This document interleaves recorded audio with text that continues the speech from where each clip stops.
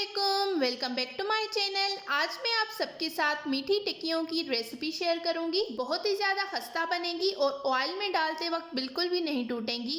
ये बहुत ही ज़्यादा सिंपल रेसिपी है। आप इस रेसिपी से एक बार ज़रूर ट्राई कीजिएगा। चलें जल्दी से रेसिपी को स्टार्ट करते हैं। ये मैंने 1 कप मैदा लिया है जिसको मैंने अच्छे तरीके से छान लिया है। 1/4 कप सूजी, 1 table spoon dry coconut, half cup पिसी हुई चीनी, हाफ टी स्पून इलायची पाउडर, 1 टेबल स्पून सफ़ेद तिल, 1.5 टेबल स्पून मेल्टेड घी। घी आपने पिघला हुआ यूज़ करना है, गरम घी आपने इसमें यूज़ नहीं करना। अब इन सारी चीज़ों को हमने अच्छे तरीके से मिक्स करना है। ये मीठी टिक्कियाँ बहुत ही ज़्यादा खस्ता बनकर तैयार होती हैं। ये आप देख सकते हैं मैंने मैदे को इकट्ठा किया है और ये आपस में जुड़ रहा है। अब मैं इसमें 1/4 कप नीम गर्म दूध डालूंगी। थोड़ा सा दूध मैंने डालकर इसको अच्छे तरीके से मिक्स किया है।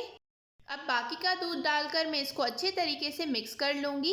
अगर आपको दूध कम लगे तो आप इसमें 1 टेबल स्पून और ऐड कर सकते हैं। हमें इसकी हार्ड एक डो बनानी है।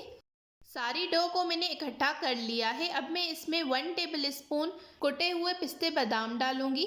मैं इसको काउंटर टॉप पर रखकर 1-2 बार अच्छे तरीके से मिक्स कर लूँगी।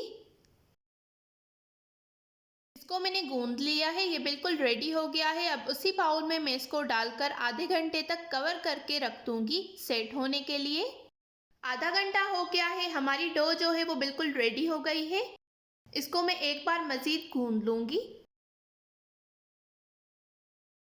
ये मैंने मैदा लिया है, हल्का सा मैदा जो है वो मैं डस्ट कर दूंगी। अब मैं इसको हल्के हाथों के साथ बेल दूंगी। बहुत बारीक हमें इसको नहीं बेलना, थोड़ी सी हमें इसकी थिकनेस जो है वो ज़्यादा रखनी है।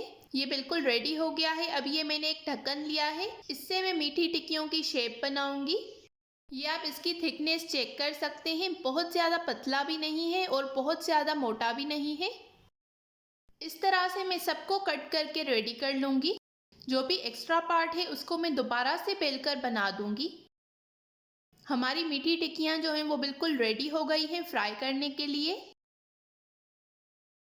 अगर आपको मेरी ये रेसिपी पसंद आ रही है तो इस वीडियो को ज़रूर लाइक करें, शेयर करें और कमेंट्स में अपना फीडबैक देना बिल्कुल मत भूलिएगा। ये आप देख सकते हैं मैंने सारी मीठी टिक्कियाँ बना ली हैं। ऑयल को मैंने अच्छे से गर्म कर लिया है। ऑयल आपका बहुत ज़्यादा गर्म नहीं होना चाहिए, हल्का सा ही गर्म करना है। अब ये सारी मीठी टिक्कियाँ मैं इसमें डाल दूंगी। 2 पार्ट्स में करके मैं इनको फ्राई करूंगी। आग जो है वो मैंने बिल्कुल कम रखी है। 3 से 4 मिनट में खुद ही ये मीठी टिक्कियाँ जो हैं वो ऑयल में ऊपर आ जाएंगी। तब तक हमें इसको चलाना नहीं है।